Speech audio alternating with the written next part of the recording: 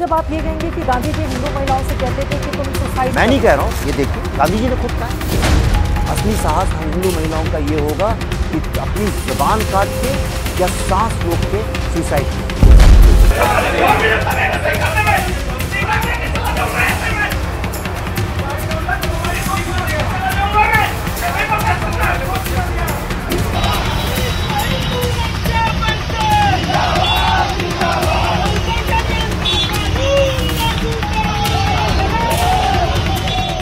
दोस्तों, गांधी के बारे में कायदे से जीवन भर में 2 किताब भी नहीं पढ़ने वाले पत्रकार गांधी पर सवाल खड़े कर रहे हैं, गांधी पर ऐसे ऐसे आक्षेप लगाने की कोशिश कर रहे हैं जो शायद ये बताता है कि इस सरकार में, भारतीय जनता पार्टी की सरकार में पत्रकारों का दरअसल आरएसएस करण किस तरीके से हुआ है वो कम से कम समझ में आता है। मैं बात चित्रा त्रिपाठी की कर रहा हूं। चित्रा त्रिपाठी की बात इसलिए कर रहा हूं क्योंकि चित्रा त्रिपाठी ने एक ऐसे नफरती का इंटरव्यू लिया, एक ऐसे शख्स का इंटरव्यू लिया जिसने गांधी के बारे में कुछ ऐसी बातें कहीं जिसके बाद से अब सोशल मीडिया पर बवाल मचा हुआ है। मैं बात कर रहा हूं चित्रा त्रिपाठी और विवेक अग्निहोत्री का एक इंटरव्यू जो एबीपी न्यूज़ पर प्रचारित होने वाला है उसको लेकर के। चित्रा त्रिपाठी गांधी को लेकर के सवाल करती है और उसमें जो विवेक अग्निहोत्री जवाब देते हैं उसमें जो इन दोनों की एक जुगलबंदी नजर आ रही है उससे ये पता चलता है कि ना हम देखेंगे और ना तुम ये जताना कि हम देख रहे हैं, लेकिन बात पूरी कर देना। कम से कम यही वाली बात एकदम सामने आ रही है। दोस्तों, चित्रा त्रिपाठी ने गांधी को लेकर के एक टीज़र जारी किया है। सबसे पहले बिना देर किए ये आप टीज़र देखिए और चित्रा त्रिपाठी की बुद्धि पर आप तरस खाइए कि किस तरीके से गांधी जैसे महान व्यक्तित्व को चित्रा त्रिपाठी जैसे पत्रकार एक सवाल में समेटने की कोशिश करते हैं, एक प्रसंग में समेटने की कोशिश करते हैं। इसका एक मुजाहिरा आप देखिए, जरा देखिए वीडियो। जब आप ये कहेंगे कि गांधी जी हिंदू महिलाओं से कहते थे कि तुम सुसाइड, मैं नहीं कह रहा हूँ, ये देखिए गांधी जी ने खुद कहा है, असली साहस हम हिंदू महिलाओं का ये होगा कि अपनी जुबान काट के या सांस रोक के सुसाइड। इस वीडियो में आपने देखा कि कैसे चित्रा त्रिपाठी ने गांधी को लेकर के अपनी बात कही। अब इसी वार्तालाप को लेकर के वरिष्ठ पत्रकार, पुराने दौर के जो पत्रकार हैं, पढ़े लिखे पत्रकार जिन्होंने गांधी को गहराई से पढ़ा है, जानते हैं, समझते हैं, उनके जीवन परिचय से भली भांति परिचित हैं, उन्होंने चित्रा त्रिपाठी को बुरी तरीके से, आप ये कह लीजिए कि हड़काना शुरू कर दिया सोशल मीडिया पर। राहुल देव को आप जानते होंगे, राहुल देव तमाम सारे न्यूज़ चैनलों, अखबारों में संपादक रहे हैं, बड़े पत्रकार हैं। उन्होंने चित्रा त्रिपाठी के इसी ट्वीट को कोट करते हुए लिखा कि चित्रा गांधी को संदर्भ परिप्रेक्ष्य मंतव्य से काटकर उनकी छवि हत्या के घटिया संगठित अभियान में बहुत से तथाकथित बड़े लोग दशकों से लगे हैं, लेकिन आप इस बचकाने ढंग से उन्हें बढ़ाएंगी ये नहीं सोचा था। धिक्कार है, गांधी पर मुंह खोलने से पहले उन्हें गंभीरता से पढ़िए। एक तरीके से चित्रा त्रिपाठी को लोग धिक्कार रहे हैं और इसलिए धिक्कार रहे हैं क्योंकि गांधी की चरित्र की हत्या करने वालों में अगर सबसे बड़ा किसी का नाम है तो वो ऐसा दावा किया जाता है, ऐसा माना जाता है कि उसमें भारतीय जनता पार्टी और आरएसएस के लोग सबसे आगे रहे, क्योंकि आरएसएस के जो वैचारिकी उनके प्रणेता हैं, चाहे वो नाथूराम गोडसे हो, चाहे वो सावरकर हो, वो कभी भी गांधी से अलाइन नहीं करते हैं और चित्रा त्रिपाठी उसी आरएसएस और भारतीय जनता पार्टी की दलाली के लिए जानी जाती है। और इसीलिए राहुल देव ने बहुत सभ्य अंदाज में, बेहद सटीक तरीके से चित्रा त्रिपाठी को ताकीद कराया कि जो लोग गांधी के चरित्र की हत्या करने के लिए बेहद संगठित तरीके से काम कर रहे हैं, आप दरअसल उसको बहुत स्मार्टली आगे बढ़ा रहे हैं। और विवेक अग्निहोत्री जैसा नफरती किसी को पता नहीं है। मैं आपको बता दूं, विवेक अग्निहोत्री ये जो फिल्म लेकर के आ रहा है बंगाल फाइल्स, जिस तरीके से इस पर आरोप लगा रहे एक्टर से लेकर के डायरेक्टर तक कि इसने फिल्म के बारे में न नाम के बारे में बताया, न फिल्म के बारे में बताया और अचानक से ये इतना बड़ा बम इसने फोड़ दिया आकर के। और इसकी एक और खासियत है, ये दरअसल अपनी फिल्मों के जरिए पहले कंट्रोवर्सी क्रिएट करता है, तमाम बड़े पत्रकारों को चिन्हित करता है जो इसके प्रोपेगेंडा को आगे बढ़ा सके। चित्रा त्रिपाठी को उसने लपका। अभी देखिए, जैसे आने वाले वक्त में आप देखेंगे कि विवेक अग्निहोत्री किस तरीके से इस जहर को समाज में पैबस्त कराएगा तमाम सारे गोदी पत्रकारों के आसरे। आपको अब ये बहुत ज़्यादा दिन की, बहुत ज़्यादा दूरी की बात नहीं है, आप बहुत जल्दी इसको समझ पाएंगे और खुद देख पाएंगे। चित्रा त्रिपाठी से इस बात की शुरुआत हो चुकी है। विवेक अग्निहोत्री अक्सर अपने लिए, आप समझ लिए, अपने कृत्यों की वजह से, अपने बयानों की वजह से चर्चा में रहता है। बंगाल फाइल जो मूवी बनी, अभी कुछ दिन पहले यहाँ इसके जो डायरेक्टर्स हैं, इसको जो एक्टर्स हैं, लगातार इसका विरोध कर रहे हैं। कह रहे हैं कि मैंने इस फिल्म से अपने आप को अलग कर लिया है क्योंकि विवेक अग्निहोत्री ने बहुत बड़ा धोखा दिया उन लोगों को। और अब एक नई कंट्रोवर्सी, और इसमें शामिल है चित्रा त्रिपाठी। वो चित्रा त्रिपाठी जो लगातार भारतीय जनता पार्टी के एजेंडे को आगे बढ़ाती हैं, ऐसे उन पर आरोप लग रहा है दोस्तों। अब दोस्तों, राहुल देव ने ये बयान दिया, उसके बाद राहुल देव के उसी ट्वीट को लेकर के तमाम सारे लोग लिख रहे हैं, चित्रा त्रिपाठी की पोल खोल रहे हैं। क्या लिख रहे हैं, आपकी स्क्रीन पर जरा एक और ट्वीट देखिए। गांधी की सेना, गांधी को समझने के लिए पढ़ना जरूरी है और गोदी मीडिया में बने रहने के लिए अनपढ़ता और जाहिलियत पहली प्राथमिकता होनी चाहिए। इसीलिए ये सत्ता के सामने रेंगने वाले लोग कभी उस गांधी को नहीं समझ पाएंगे जिसने दुनिया के सबसे बड़े साम्राज्य को झुका दिया। काक बोले जा रहे हैं, कोकिलाएं मौन हैं, देश को बताया जा रहा है गांधी कौन है। कितनी शानदार लाइन लिखी, साफ तौर पर देखिए क्या कह रहा है।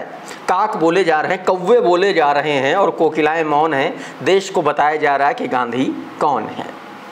ये एकदम सटीक कहावत विवेक अग्निहोत्री और चित्रा त्रिपाठी पर, ये जो काक वाली कहावत है, एकदम सटीक साबित होती। इसी को लेकर के दोस्तों ये ट्वीट किया और उसके बाद एक और ट्वीट सामने आया डॉक्टर अनिल चौहान का। अनिल चौहान लिखते हैं कि बीजेपी ज्वाइन करने का वक्त आ गया है, ऐसे को आरएसएस भी सपोर्ट करता है, टिकट जल्दी मिलने की संभावना है, फल पकने की अंतिम चरण में है। साफ तौर पर यह बात चित्रा त्रिपाठी के लिए इन्होंने यहां पर कही।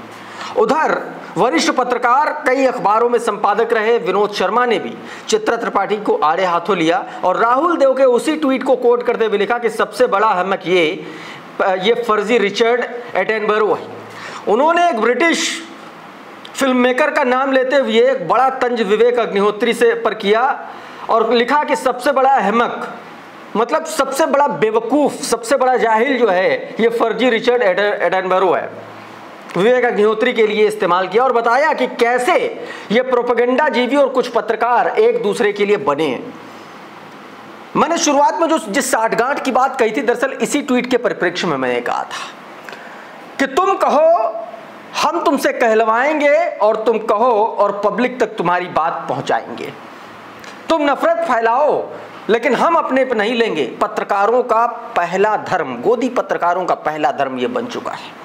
और यही बात विनोद मिश्रा कह रहे हैं कि ये प्रोपेगेंडा जीवी और कुछ पत्रकार एक दूसरे के लिए बने हैं। चित्रा त्रिपाठी जैसे लोग, विवेक अग्निहोत्री जैसे लोग एक दूसरे के लिए बने हैं ताकि समाज में नफरत का जो पैमाना है वो कम ना होने पाए और इनकी रोजी रोटी उसी नफरत पर टिकी हुई है, उसी पर पकती है, इसलिए वो चलते रहना चाहिए। और यही बात विनोद मिश्रा ने कहने की कोशिश की दोस्तों। उधर भारतीय जनता पार्टी के प्रवक्ता सुधांशु त्रिवेदी को संजय सिंह ने कुछ ऐसा एक्सपोज कर दिया है जो आपको देखना चाहिए और सुनना चाहिए। संजय सिंह ने जैसे ही सुधांशु त्रिवेदी ने कहा कि आपने अपने राजनीतिक प्रेरणा, राजनीतिक गुरु को अन्ना को किनारे करके और आपने उसी कांग्रेस के साथ गठबंधन कर लिया जिसके खिलाफ आप लोग मोर्चा निकाल रहे थे, और उसके बाद आम आदमी पार्टी के राज्यसभा सांसद संजय सिंह ने सुधांशु त्रिवेदी की ऐसी पोल खोली, भारतीय जनता पार्टी की ऐसी पोल खोली मुकुल राय से लेकर के आप समझ लीजिए कि महाराष्ट्र तक, कि उसके बाद मुंह नहीं खोला। एक बार देखिए जरा ये वीडियो आप। कि जिस कांग्रेस के खिलाफ भ्रष्टाचार का आरोप लगाकर ये सत्ता में आए, अच्छा झंडा हिला हिलाकर इन्होंने रामलीला मैदान में अपने राजनीतिक आंदोलन में अपने वैचारिक प्रणेता अन्ना को बरगलाया हुआ कहकर इन्होंने सत्ता ले ली, उसी कांग्रेस से लिखित समझौता करके सत्ता प्राप्त। नारद स्टिंग ऑपरेशन में मुकुल राय फंसे, तब भी आप लोग चिल्लाए। उसके बाद शारदा स्कैम में मुकुल राय फंसे, तब भी आप लोग चिल्लाए। मगर क्यों? प्रदर्शन किए, बोले इतना बड़ा भ्रष्टाचार टीएमसी में। उसी मुकुल राय को आप लेके आए, बोले हमारी पार्टी का राष्ट्रीय अध्यक्ष बनेगा। नारायण राणे को आपने लाया, नारायण राणे पे जांच चल रही थी जमीन घोटाले की, और उसके बाद आप उनको मंत्री बनाए हुए। आपके पास जो आ जाता है वो राजा हरिश्चंद्र हो जाता है। अजीत पवार, बताइए देवेंद्र फडणवीस जी पूरे चुनाव में चक्की पीसिंग, पवार साहब पीसिंग 6:30 बजे सुबह उनके साथ शपथ ले रहे, छुप के 6:30 बजे शपथ ले रहे आप। संजय राठौड़ उसके लिए कह रहे थे हम तो आमरण अनशन कर देंगे, अपनी जान दे देंगे। तो दोस्तों इस तरीके से सुधांशु त्रिवेदी को संजय सिंह ने अपने तरीके से टैकल कर दिया। उधर दोस्तों हालात ये हो चले हैं बिहार में चुनाव से पहले कि अब मंत्रियों को दौड़ाया जा रहा है। जरा ये वीडियो देखिए। ये जो मंत्री दौड़ रहे हैं इनका नाम है श्रवण कुमार, और ग्रामीणों ने इन पर हमला बोल दिया और आप ये समझिए कि एक सुरक्षाकर्मी घायल हो गया है।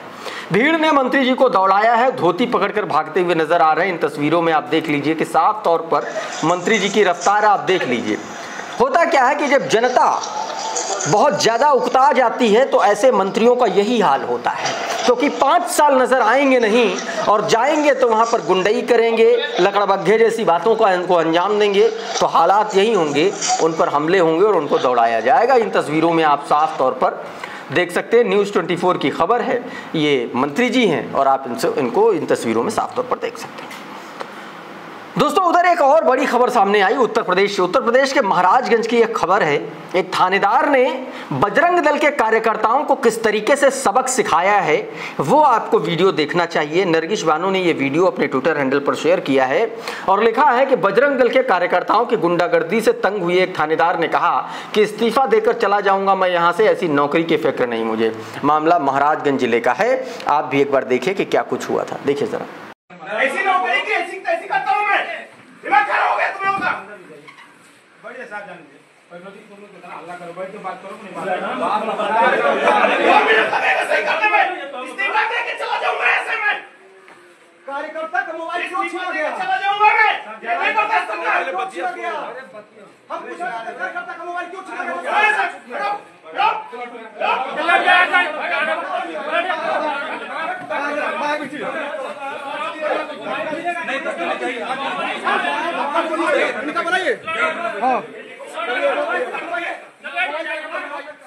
तो इस तरीके से दोस्तों आप समझिए कि बजरंग दल के गुंडे और नफरती किस तरीके से हावी हो रहे हैं पुलिस और प्रशासन पर, ये भी आप देख लीजिए। उधर असम में जिस तरीके से मुसलमानों के खिलाफ एक तरफा बेदखली अभियान चल रहा है, जिस तरीके से उनके खिलाफ नफरत फैलाई जा रही, उस पर योजना आयोग की पूर्व सदस्य सैयदा हसीन ने एक ऐसा बयान दिया जिसके बाद अचानक से वो चर्चा में आ गई। सैयदा हसीन ने एक कार्यक्रम के दौरान साफ तौर पर कहा कि असम राक्षसों की धरती बन गई है। एक बार देखिए सर।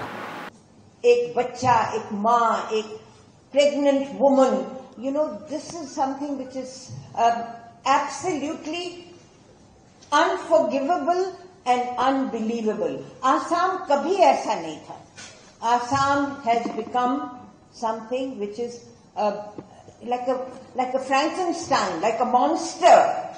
And जैसे हर्ष ने कहा, अपूर्वा ने कहा, ये एक खतरनाक जगह हो गई है। तो मैं बस यही कह सकती हूँ कि द विंडिक्टिवनेस मुसलमानों के खिलाफ, और कभी आसाम में मियाँ मियाँ कहते थे, मगर आमतौर से मियाँ कहते थे इन अ नाइस सेंस, मगर अब मियाँ का लफ्ज जो है it is like a curse word. तो जैसे तो सैयदा हसन ने इस तरीके से असम को लेकर के बयान दिया। उधर जनसंख्या नियंत्रण कानून को लेकर के दोस्तों उत्तर प्रदेश में वाराणसी में प्रधान सेवक नरेंद्र मोदी के क्षेत्र में 25 तारीख को यानी कि परसों वाले दिन वीडियो अब सामने आया है, एक रैली निकाली गई और उसमें यह दावा किया गया कि जनसंख्या नियंत्रण कानून लागू करो वरना भारत जो है वो इस्लामिक राष्ट्र बन जाएगा। मुस्लिम स्पेस नाम का ट्विटर हैंडल है, उसने ये वीडियो जारी किया है। जरा ये वीडियो देखिए। जनसंख्या विस्फोट होती जा रही है। हम लोगों ने आज जिलाधिकारी वाराणसी के माध्यम से प्रधान प्रधानमंत्री जी को ज्ञापन दिया है कि अगर आप तत्काल इस पर जनसंख्या नियंत्रण कानून हम दो हमारे दो नहीं लगाते हैं तो आने वाले समय 12 साल बाद ये भारत इस्लामी राष्ट्र होगा और हिंदू कभी प्रधानमंत्री नहीं बन सकता, क्योंकि जिस हिसाब से 25 लाख प्रत्येक साल में हिंदुओं का धर्मांतरण हो रहा है, चाहे ईसाईकरण हो रहा है चाहे इस्लामीकरण हो रहा है, क्योंकि सनातन हेल्पलाइन के बंदे जो मुझे जानकारियां प्राप्त हो रही हैं, इसके लिए हमारे हजारों कार्यकर्ता आज एक पद यात्रा के माध्यम से जिलाधिकारी को ज्ञापन सौंपे हैं और प्रधानमंत्री क्योंकि यहीं के सांसद हैं और किसी तरह इसको लागू करें। तो दोस्तों इस तरीके से इस वीडियो में साफ तौर पर यह कहा गया, आप सुन सकते होंगे सीधे तौर पर। मुस्लिम एक्सप्रेस ने लिखा कि उत्तर प्रदेश के वाराणसी में 25 अगस्त को हिंदू संगठन ने मुसलमानों को निशाना बनाते हुए रैली निकाली और जिला कलेक्टर के माध्यम से ज्ञापन सौंपा, जिसमें जनसंख्या नियंत्रण कानून लागू करने की मांग की गई और दावा किया गया कि भारत 12 वर्षों में इस्लामिक राष्ट्र बन जाएगा। उन्होंने मुसलमानों को जिहादी बताते हुए वोट जिहाद के झूठे षड्यंत्र को बढ़ावा देते हुए तख्तियां भी दिखाई। दोस्तों एक तरफ ये हो रहा है और दूसरी तरफ एक और तस्वीर मैं आपको दिखाता हूँ हापुड़ की। हापुड़ में सिर्फ धर्म के नाम पर किस तरीके से बाइक से जा रहे कुछ मुसलमान लड़कों को निशाना बनाया गया, उनको पीटा गया और लहूलुहान कर दिया गया, अधमरा कर दिया गया मारते मारते।